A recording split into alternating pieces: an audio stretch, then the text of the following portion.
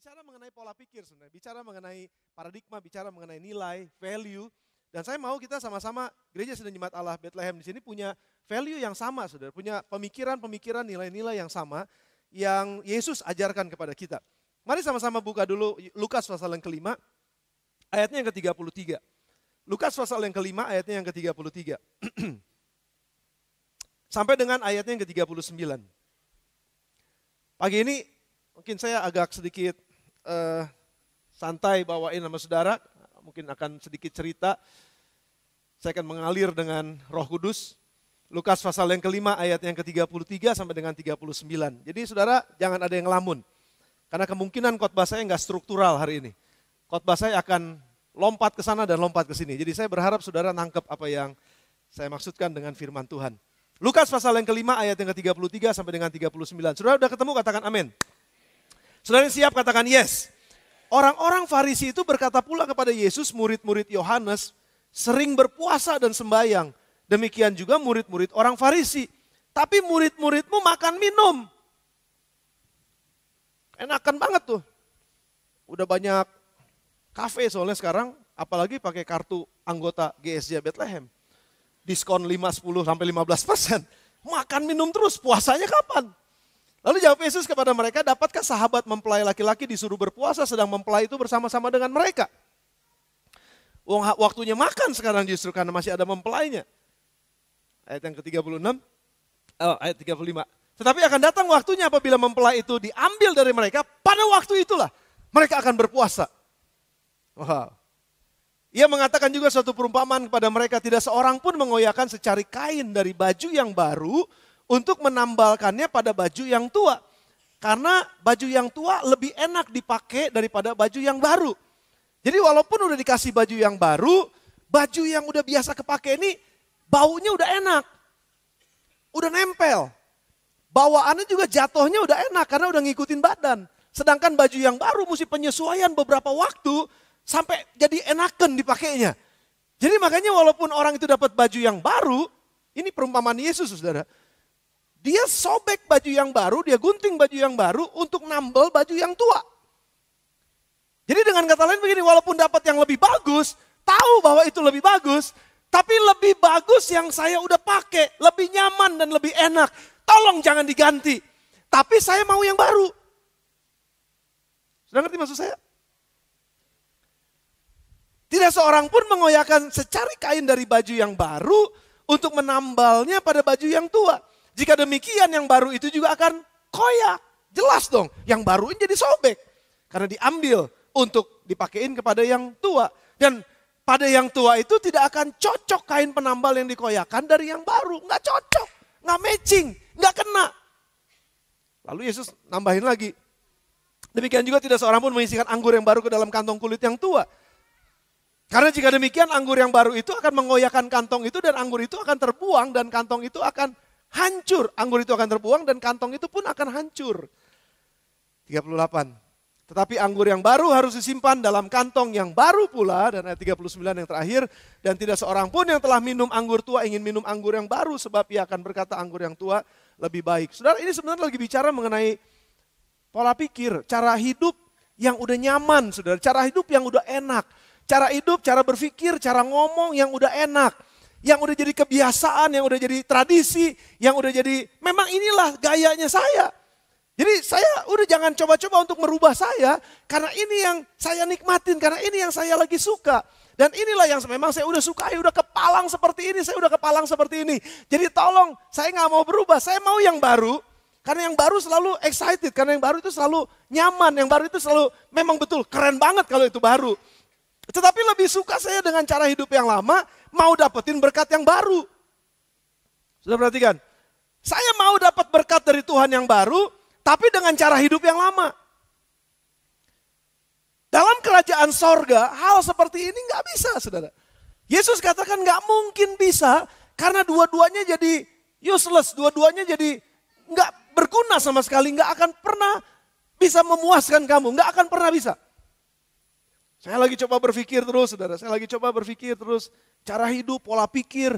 Dan ini memang Tuhan lagi coba untuk menggali cara berpikir kita yang lama. Dan dia mau ganti. Tadi pagi Pastor Yenti ngasih lihat gambar tambal sulam. Judul kita sekarang ini tambal sulam. Yenti kasih lihat gambar jalan yang bolong, cuman ditambalnya yang bolong, cuman ditampol-tampol begitu doang. Tambal sulam tuh saudara.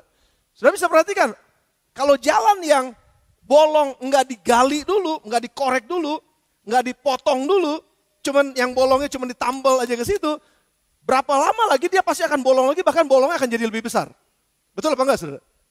Saudara setuju dengan saya ya? Itu ada gambar di situ. Tambal sulam, memperbaiki sesuatu atau rumah dan lain sebagainya yang tidak menyeluruh, enggak menyeluruh. Jadi cuman perbaikannya cuman di sini sedikit, di sana sedikit. Perbaikannya enggak masif gitu, perbaikannya enggak total semuanya diperbaiki. Nah di dalam Yesus Kristus dia bilang begini, kamu adalah ciptaan baru. Yang lama sudah berlalu, yang baru udah datang. Jadi kamu nggak bisa hidup di dalam kekristenan, kehidupanmu sebagai muridku, kata Tuhan Yesus, dengan menggunakan cara hidup yang lama, pola pikir yang lama, tapi mengharapkan berkat yang baru. Nggak mungkin bisa. Itu akan jadi wasteless, itu akan jadi kebuang, percuma. Pola pikir lama kita bilangnya begini, saudara. Pola pikir lama kita bilang begini.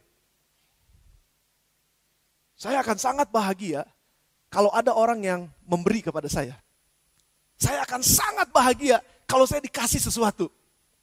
Setuju gak dengan saya, saudara? Itu pola pikir dunia. Tuh kan kalau saya bilang pola pikir dunia, saudara gak setuju langsung. Oh, enggak. Siapa yang suka untuk dikasih? Semuanya rohani banget.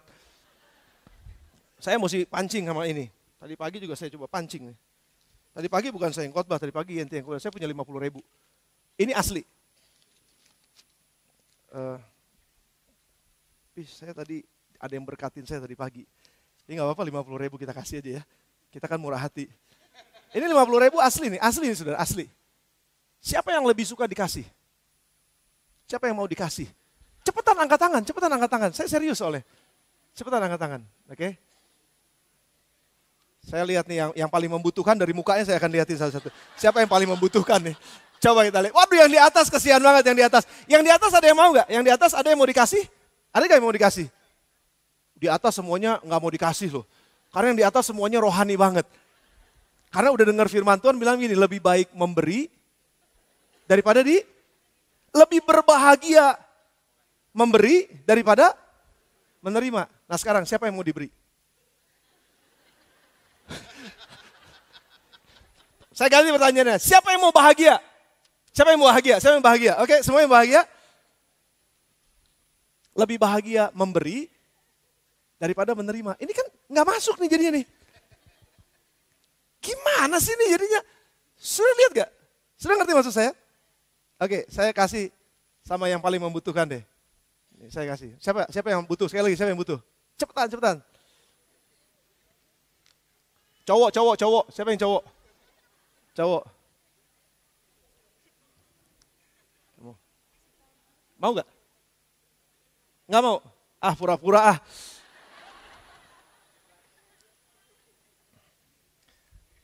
Begitu saya bilang kayak tadi kan saudara langsung bertanya-tanya kan.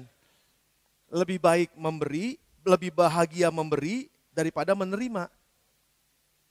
Jadi setiap orang memang punya pola pikir ini di dunia saudara. Makanya lebih baik saya menerima dong. Makanya orang tuh paling susah buat memberi. Firman Tuhan ada bilang begini saudara. Orang yang bermurah hati, banyak orang menyebar, ada orang yang menyebar harta demikian rupa bertambah kaya loh. Tapi ada orang yang ngirit banget. Tiap hari makannya Indomie. Ngirit banget. Wah, saya nggak bilang bahwa makan Indomie salah sih saudara, bukan itu maksud saya. Tapi saya nggak mau yang lain, pokoknya yang murah-murah aja, yang murah. Padahal dia punya uang mungkin. Tapi dia mau ngirit, kenapa? Hemat pangkal kaya katanya. Dan itu dunia yang ngajarin saudara, itu dunia yang ngajarin. Tapi pengajarannya Yesus adalah justru lebih bahagia kita memberi daripada menerima. Makanya kenapa jadi banyak orang yang waktu ditantang untuk memberi, kita lagi ada seed of faith nih. Kita lagi akan membangun satu desa di Ambon, ada satu tim kita sekarang lagi ada di sana.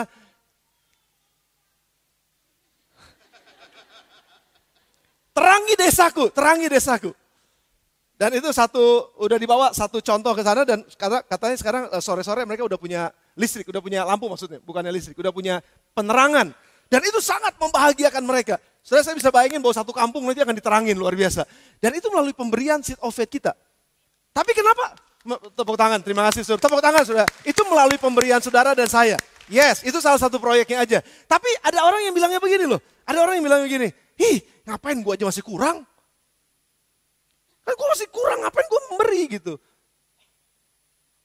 Jadi intinya apa sih sebetulnya? Yang Yesus lagi bilang kalau kamu punya pola pikir yang lama, terus kamu mau terima berkat dari Tuhan dengan berkat yang baru gitu. Kamu mau terima berkat yang baru tapi masih mau pakai pola pikir yang lama. Hei, kamu gak bisa. Makanya ada banyak orang Kristen frustasi. Makanya ada banyak orang Kristen mempertanyakan Tuhan pada akhirnya dan bilang, Tuhan kenapa jadi begini? Kan engkau sendiri bilang aku akan diberkati. Tapi aku ikut Tuhan, aku udah coba untuk berdoa, aku coba untuk puasa, aku coba untuk ikutin semuanya. Tapi untuk yang satu ini memang aku agak susah, aku belum lakukan. Tapi kok aku belum diberkati? Tuhan cuma ngomong satu, ya kamu belum memberi. Saya bisa rasa diamnya saudara sekarang. Karena seringkali terjadi benturan paradigma di dalam kita. Yang gak matching gitu dengan nilai-nilai yang kita punya, yang lama yang kita punya. Sehingga waktu Tuhan perintahkan sesuatu yang baru, fresh firman Tuhan. Yang baru dari sorga, nilai yang baru dari sorga. Begitu mau masuk ke kita, gak bisa keterima. Karena ini baju yang lama saya masih suka pakai. Saya mau coba tambalin pakai berkat Tuhan yang baru. Gak masuk. Dan pada akhirnya apa yang terjadi? Baju yang lamanya juga jadi rusak, nanti yang barunya pun jadi koyak. Jadi gak kepake dua-duanya gitu dengan kata lain. Saudara ngerti maksud saya? Jadi gak ada yang mau ya? Masukin lagi deh.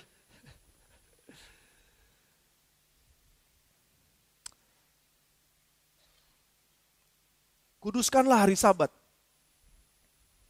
Minggu adalah hari yang selalu kita nanti-nantikan untuk datang dalam rumah Tuhan. Memuji dan menyembah bersama-sama dengan tubuh Kristus. Dan itu adalah hari memang yang diperuntukkan khusus buat kita untuk bisa beribadah sama-sama. Menyembah Tuhan sama-sama. Belajar firman Tuhan sama-sama. Mempersembahkan persembahan kita sama-sama. Itu firman Tuhan. Tapi pola pikir yang ada dalam dunia ini bilang gini, hari Minggu justru kalau dagang itu lagi banyak-banyaknya pengunjung. Ada yang mulai yang garuk-garuk kepala tapi nggak gatel. Jadi gimana dong? Oh, saudara udah ada di sini aja, saudara udah luar biasa loh. Saudara tahu ada kesaksian yang bagus? Ada satu orang yang buka toko hari Minggu. Dia bilang gini, justru pastor itu omsetnya tuh paling banyak hari Minggu. Jadi saya nggak bisa ke gereja. Karena itu dari pagi sampai sore gitu. Jadi ya saya paling-paling juga nanti ikut live group aja deh. Tapi juga nggak bisa ikut live group karena memang dia juga bisa sampai malam lagi terus kerjanya kayak begitu. Nah terus satu saat saya bilang sama dia, mau gak buktikan bahwa Tuhan kita tuh gak pernah gagal? Percaya? Siapa yang percaya bahwa Tuhan gak pernah gagal? Siapa yang percaya bahwa firman Tuhan ya dan amin? Yes, amin saudara, yes. Itu yang baru yang Tuhan berikan buat kita, tapi di dalam hati kecil atau dalam pemikiran-pemikiran kebanyakan dari orang Kristen khususnya, masih berpikirannya apa iya gitu. Jadi akhirnya gak nyambung, jadi akhirnya gak bisa saudara. Waktu saya tantang anak muda ini, saya bilang coba aja, hari Minggu tutup aja dulu. Saya resiko ngomong gini saudara. Kalau memang ternyata dia jeblok, kan ntar dia yang nimpuk saya kan. Dasar gara-gara pasar katanya. Wah, saya bilang saya tetap percaya sama janji Tuhan soalnya. Kalau memang kamu berani, iman kamu taruh di situ, coba dah tutup aja hari Minggu. Dan kita lihat, wah dia beraniin diri saudara. Dan ini kesaksian benar loh, ini kesaksian benar. Waktu dia tutup hari Minggu, 1 minggu itu omsetnya turun. Dan dia mulai bergetar. Lalu dia bilang gini, pastor apakah minggu depan saya harus tutup lagi? Saya pun mulai bergetar. Waduh kalau dia sampai 2 minggu tutup dan akhirnya dia gak dapat omset yang bagus. Waduh mateng nih saya. Saya mempertaruhkan Tuhan kayaknya, saya mempertaruhkan firman Tuhan. Saya datang sama Tuhan. Dan saya bilang, Tuhan firman-Mu kan gak pernah salah kan? Bahwa Engkau memberkati orang-orang yang mencari dahulu kerajaan Allah dan kebenarannya, maka semuanya akan ditambahkan kepadanya. Bukankah itu firman Tuhan gitu? Saya cuma ngobrol itu sama Tuhan dan waktu dia tanya apakah saya harus tutup lagi hari Minggu. Karena kemarin Minggu memang udah jelas sepi saya jadi. Bukan sepi, turun dia bilang. Enggak sepi, dia bilang turun. Berani gak coba lagi?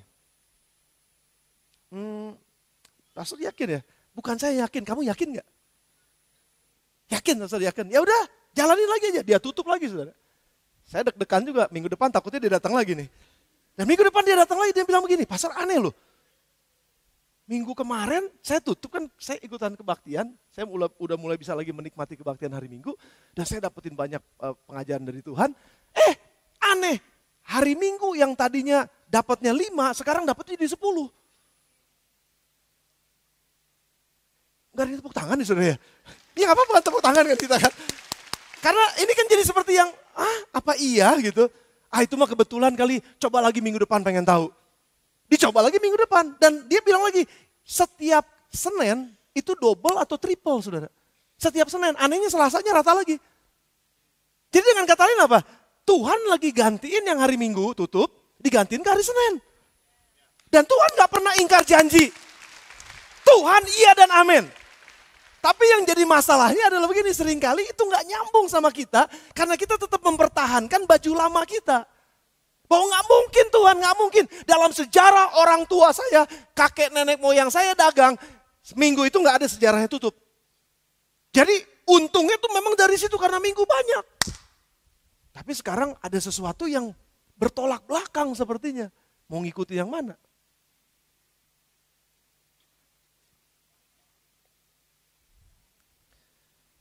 Mikir dulu.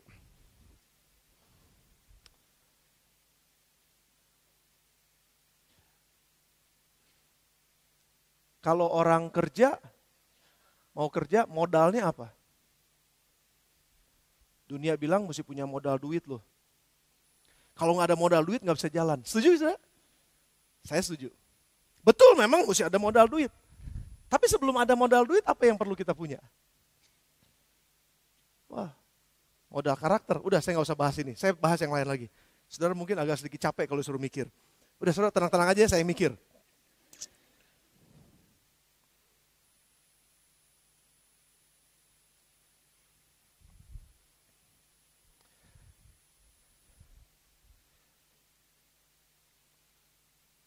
Siapa yang mau jadi pembantu?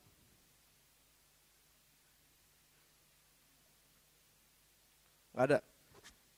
Siapa yang mau disebut pembantunya Tuhan? Oke. Siapa yang mau jadi pembantu? Saudara ngerti pertentangan ini? Karena waktu kita, ini saya dapetin kemarin pengajarannya. Waktu kita pikir jadi pembantu. Tapi kalau ditanya jadi pembantu Tuhan mau gak? Aneh ya, mau loh. Sebenarnya kan lagi bicara tentang hati hamba aja gitu. Hati yang memang saya rela untuk melayani. Karena gini, Yesus bilang gini, barang siapa ingin jadi yang terbesar, barang siapa ingin jadi yang terhebat, hendaklah ia menjadi, saudara nggak bisa jawab ini. Matius 20 kita lihat. Matius pasal yang ke-20. Mari kita lihat sama-sama. Matius pasal yang 20. Saya berharap saudara akan dapetin ini.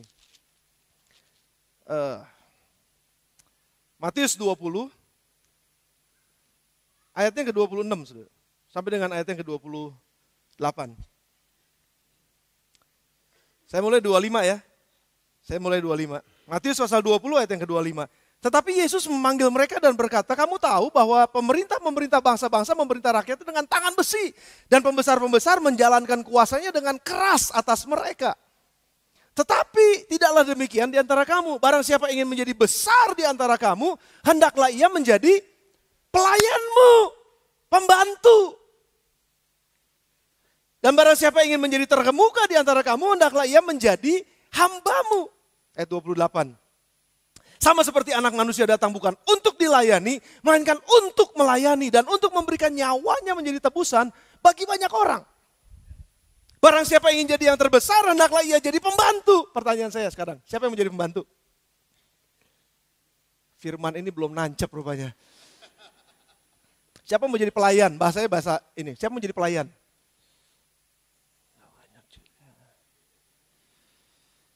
Terbukti karena kata pembantu, kata pelayan, itu bertentangan dengan nilai yang kita udah pernah terima dari keluarga kita sebelumnya. Lu mah pembantu. Lu mah gak ada harganya. Lu mah jongos, lu mah disuruh-suruh. Itu yang masuk konsep tentang pembantu. Sehingga waktu kerajaan sorga datang dengan nilainya, barang siapa ingin jadi yang terbesar, hendaklah ia menjadi pelayan. Hei, gak masuk.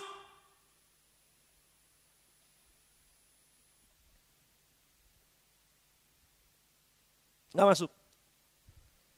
Dan itu yang membuat orang Kristen, jadi hidupnya kayak orang munafik, saudara. Mau dapetin sesuatu yang baik, yang luar biasa dari Tuhan, tapi gak mau ninggalin paradigmanya yang lama. Pola pikirnya yang lama. Dan itu yang Yesus sedang ngomong nih sekarang. Gak mungkin kamu, gak mungkin bisa kamu mau pakai baju baru tanpa melepaskan bajumu yang lama. Karena baju yang lama udah mulai robek, kamu udah gak terlalu suka tapi masih enakan dipakainya. Kamu udah gak terlalu suka tapi masih enak dipakainya. Dan kamu mau coba ambil sedikit dari yang baru supaya saya bisa icip-icip dengan pola hidup yang lama. Nggak mungkin bisa.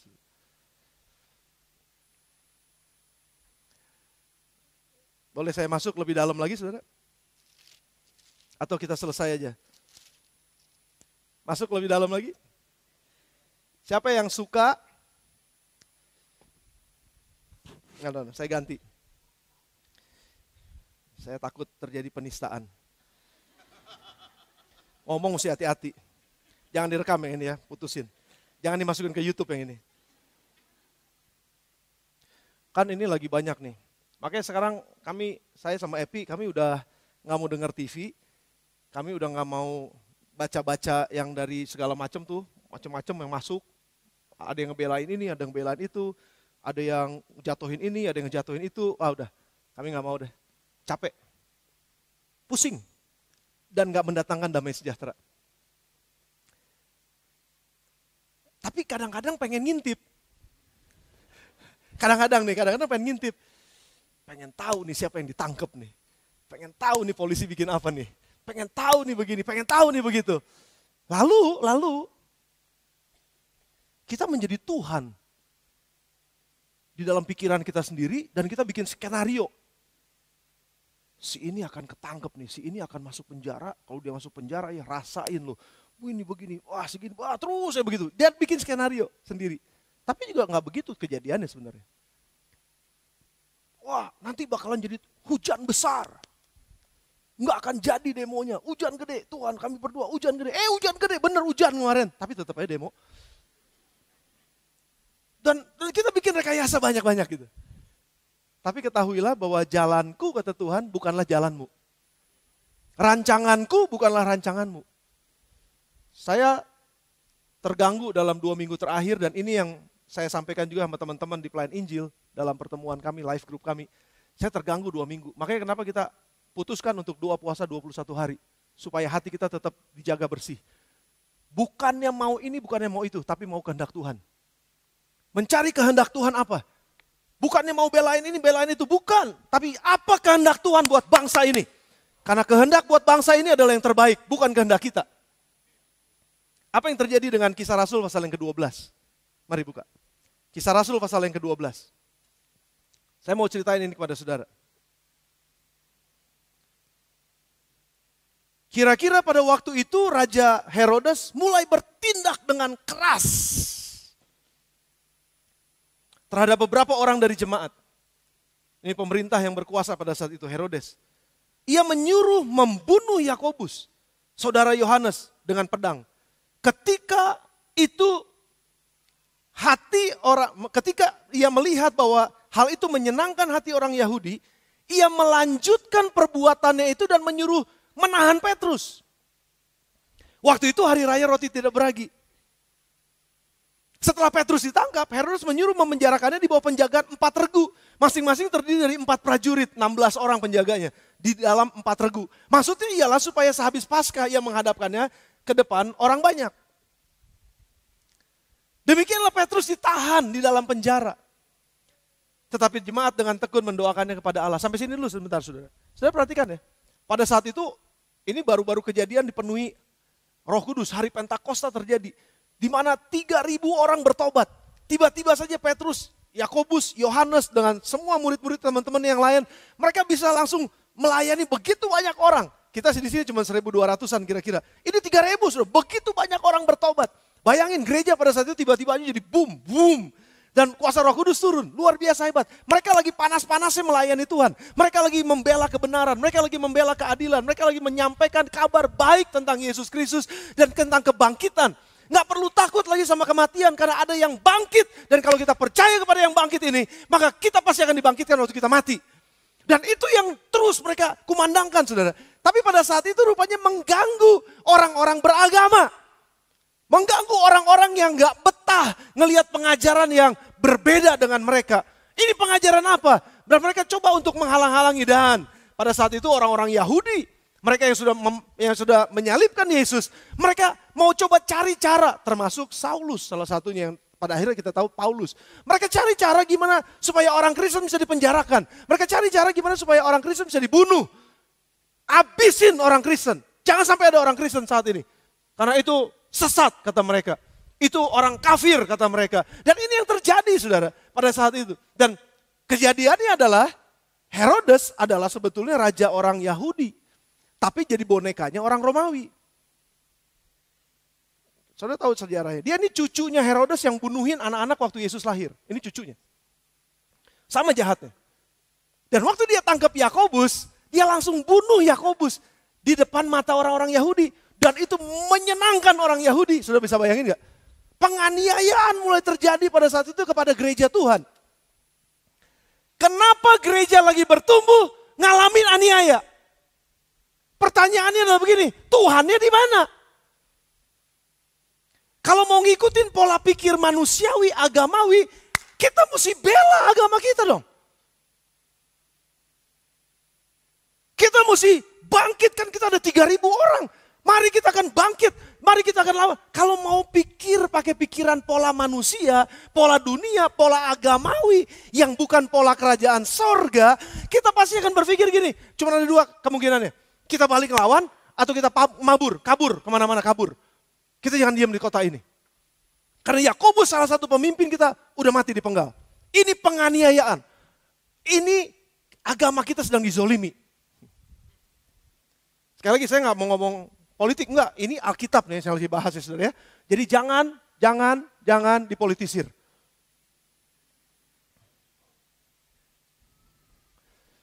Jadi waktu kejadiannya seperti itu, kan murid-murid pada saat itu juga memang dalam keadaan yang takut kan saudara.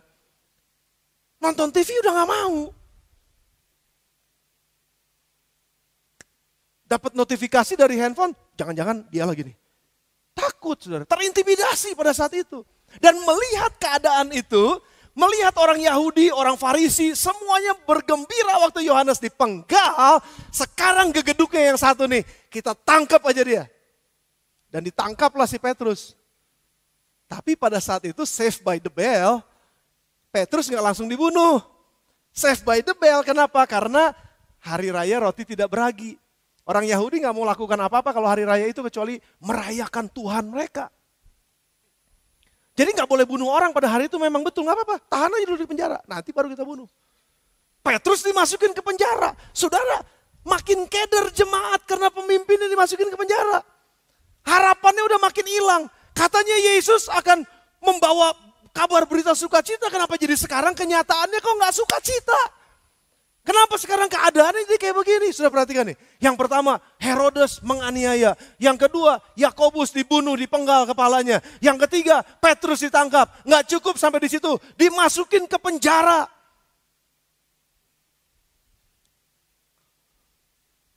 Dan waktu Petrus dimasukin ke dalam penjara, gak cuma sekedar masuk ke dalam penjara, dirantai. Kalau cuma masuk ke dalam penjara bisa jalan masih mending. Dirantai, kaki dirantai, tangan dirantai. Kira-kira gambarannya seperti itu. Mungkin juga di penjara yang paling dalam karena itu ada 4 regu.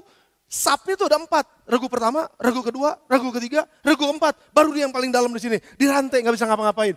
Terbelenggu saudara. Dan sementara jemaat pemimpinnya mana? Di penjara. Yang satu lagi mana? Mati di leher. Mati di penggal.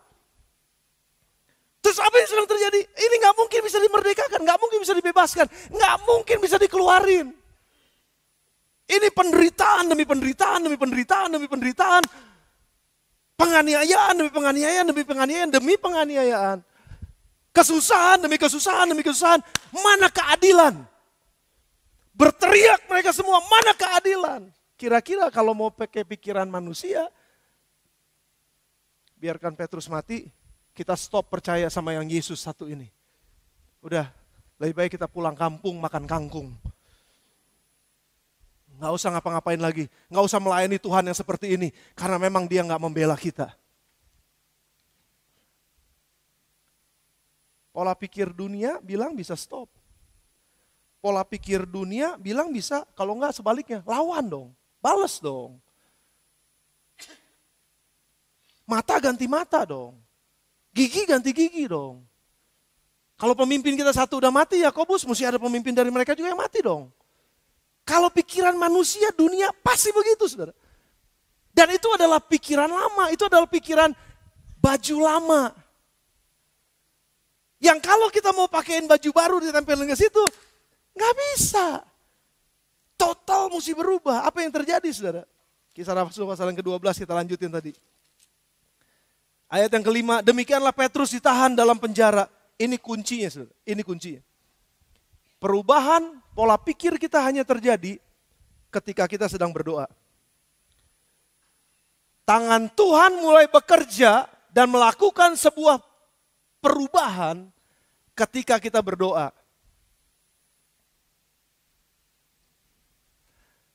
Apapun yang kita mau terjadi atau Tuhan lakukan dalam hidup kita dan terjadi dalam kehidupan kita, gak bisa dengan cara apapun kecuali dengan berdoa.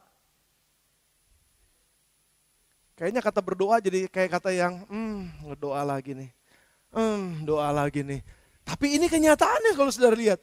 Tetapi jemaat dengan tekun mendoakannya kepada Allah. Dengan tekun mendoakannya kepada Allah.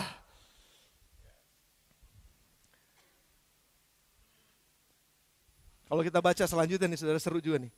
Pada malam sebelum Herodes bertindak menghadapkannya pada orang banyak. Petrus tidur di antara dua orang prajurit, terbelenggu dengan dua rantai. Selain itu prajurit-prajurit pengawal sedang berkawal di muka pintu. Ada 4 sab tadi yang saya bilang, ayat yang ke-7. Ketika jemaat berkumpul dengan tekun dan berdoa, tiba-tiba berdirilah seorang malaikat Tuhan dekat Petrus dan cahaya bersinar dalam ruangan itu. Malaikat itu menepuk Petrus dan membangunkan, katanya, bangun segera. Maka gugurlah rantai itu dari tangan Petrus. Lalu kata malaikat itu kepadanya, ikatlah pinggangmu dan kenakanlah sepatumu. Ia pun berbuat demikian. Lalu malaikat itu berkata kepadanya, kenakanlah jubahmu dan follow me. Ikuti aku. Lalu ia mengikuti malaikat itu keluar. Dan ia tidak tahu bahwa apa yang dilakukan malaikat itu sungguh-sungguh terjadi. Sangkanya dia sedang melihat sebuah penglihatan. Setelah mereka melalui tempat kawal pertama, gak lihat ya. Gak ngelihat, jalan lagi. Kawal yang kedua, gak ngelihat, lagi kongkow, gak ngelihat. Aneh juga nih kata Petrus, ini penglihatan hebat nih. Setelah mereka melalui tempat kawal pertama, tempat kawal kedua, sampailah mereka di pintu gerbang besi yang menuju kota. Pintu itu terbuka dengan sendirinya. David Copperfield kali. Buka dengan sendirinya, belum diminyakin. Terbuka dengan sendirinya bagi mereka dan sesudah sudah tiba di luar, mereka berjalan sampai ke ujung jalan dan tiba-tiba malaikat itu meninggalkan dia dan Petrus, sekarang gue udah di luar loh. Saya mau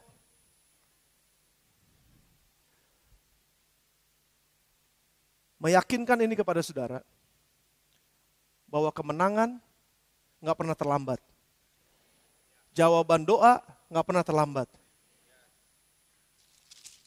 Kemenangan, kejahatan gak pernah mengalahkan kebenaran. Dan kebenaran gak pernah dikalahkan oleh kejahatan. Kebenaran selalu menang. Kisah Rasul 12 ayat yang ke-23, Ini bicara mengenai Herodes. Dan seketika itu juga ia ditampar malaikat Tuhan karena ia tidak memberi hormat kepada Allah. Ia mati dimakan cacing-cacing.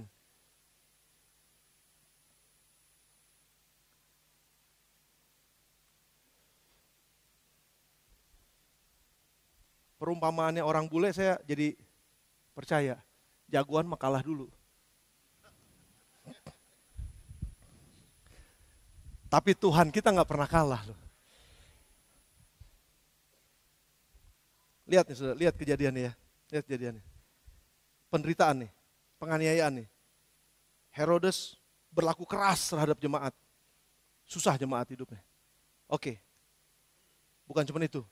Yakobus ditangkap, dibunuh. Semua orang-orang Farisi, orang-orang Yahudi, wah mereka senang. Wah Herodes makin bangga nih. Dia udah kayak pangeran, dia udah kayak orang hebat luar biasa. Dia nggak puas, bikin orang senang, dia tambahin Petrus ditangkap. Save by the bell, hari raya roti tidak beragi. Nggak boleh diapa-apain dulu. Masukin penjara, Petrus masuk ke penjara. Nggak cuma masuk penjara, 4 sub pengawalnya sampai penjara yang paling dalam. Nggak cukup sampai di situ, dia dibelenggu. Kesusahan demi kesusahan, demi kesusahan, demi kesusahan, demi kesusahan. Kapan ada kemerdekaannya? Nggak tahu. Tapi ada satu ayat di pasal yang kelima bagian terakhir. Tetapi jemaat mendoakannya dengan tekun. Itu kuncinya. Sudah perhatikan? Tetapi jemaat mendoakannya dengan tekun. Itu kuncinya. Tetapi jemaat mendoakannya dengan tekun. Itu kuncinya. Dan seketika itu ada malaikat terang. Datang sama Petrus, gugur rantainya. Petrus disuruh pakai ikat pinggang, suruh pakai baju, jalan. Nggak dilihat sama pengawal-pengawal yang lain. Sampai di ujung kota, dia datang lagi sama jemaat yang lagi berdoa. Hai aku pulang, semua pada ketakutan. Dibukain juga pintu pada akhirnya. Ini aku loh, diceritain kejadiannya. Mereka semakin memuji Tuhan dan semakin menyembah Tuhan. Weh engkau luar biasa Tuhan, engkau ajaib. Dan ujung-ujungnya adalah Herodes mati ditampar malaikat dan dimakan sama cacing-cacing. Nggak ada yang tepuk tangan ya saudara. Mari tepuk tangan buat Tuhan kita.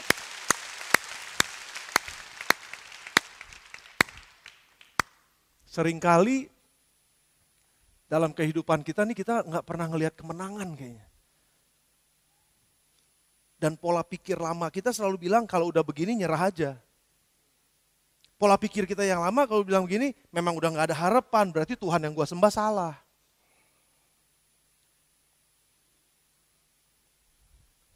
Tapi hal kerajaan sorga bilang begini, doa mengubahkan segala sesuatu. Tidak ada yang mustahil bagi orang yang percaya. Doa orang benar besar kuasanya, apabila didoakan dengan iman dan percaya. Itu pengajarannya. Ada orang bilang begini, kenapa mesti berdoa? Saya nggak perlu berdoa kok. Saya punya banyak kenalan, saya punya banyak teman-teman, saya punya banyak backingan, saya punya banyak orang yang bisa tolong saya punya banyak orang yang, pokoknya gini, kalau ada masalah saya pasti akan datang sama dia deh. Dia mah bisa tolong saya. Itu pola pikir dunia. Tapi kalau pola pikir surga yang baru bilang gini, kalau kamu masalah yang pertama kali kamu datang harus pakai lutut, berlutut di situ, berseru kepada Tuhan. Berdoa kepada Allah dengan sungguh-sungguh. Di situ kunci kemenangan kita yang pertama. Saya mau ngajak saudara. Udah lewat 1 minggu ini kita doa puasa. Berantai. Saudara gak perlu doa puasa setiap hari. Pilih 1 hari khusus, saudara berdoa di situ. Pilih jam khusus, saudara berdoa di situ. Pilih 1 hari khusus, saudara puasa di situ. Minta sama Tuhan sesuatu. Lihat bahwa doa orang benar, bila dengan yakin didoakan, akan sangat besar kuasanya. Dan itu yang terjadi dalam kehidupan jemaat mula-mula. Saya punya banyak cerita lagi buat saudara. Tapi seringkali begini saudara. Pola pikir kita yang lama, itulah yang membuat kita, atau yang menghambat kita untuk bisa melihat sesuatu yang baru, yang besar, yang luar biasa dari Tuhan. Kalau pola pikir kita yang lama bilang begini, kalau puji-pujian ini gak bisa bikin saya nangis, nggak ada hadirat Tuhan di sini. Itu pola pikir yang salah. Karena 2 atau 3 orang percaya berkumpul dalam namaku, kata Yesus, aku ada di situ. Disebut gak kalau ada 2-3 orang berkumpul dalam namaku dan mereka nangis, aku ada di situ? Nggak ada, nggak ada. Tapi pola pikir kita yang lama mesti nangis. Tapi bukan berarti saya bilang juga jangan nangis kalau lagi nyembah Tuhan, bukan. Kalau engkau memang disentuh oleh Roh Kudus, engkau bisa nangis. Dan jangan bilang juga begini, kalau dia nangis, kesurupan nih dia kayaknya. Tuhan bisa kerjakan berbagai macam cara dan jangan sampai dibatasi oleh pola pikir kita. Karena kalau kita batasi dengan pola pikir kita, tapi kita sementara mau terima sesuatu yang baru dari Tuhan, kita gak akan pernah bisa berhasil. Mesti dirubah pola pikirnya. Mesti dirubah hatinya. Mesti dirubah cara pandangnya. Saya mau tutup dengan satu ayat. Filipi pasal yang keempat ayat yang ke-8. Filipi pasal yang keempat ayat yang ke-8. Coba kita lihat sama-sama.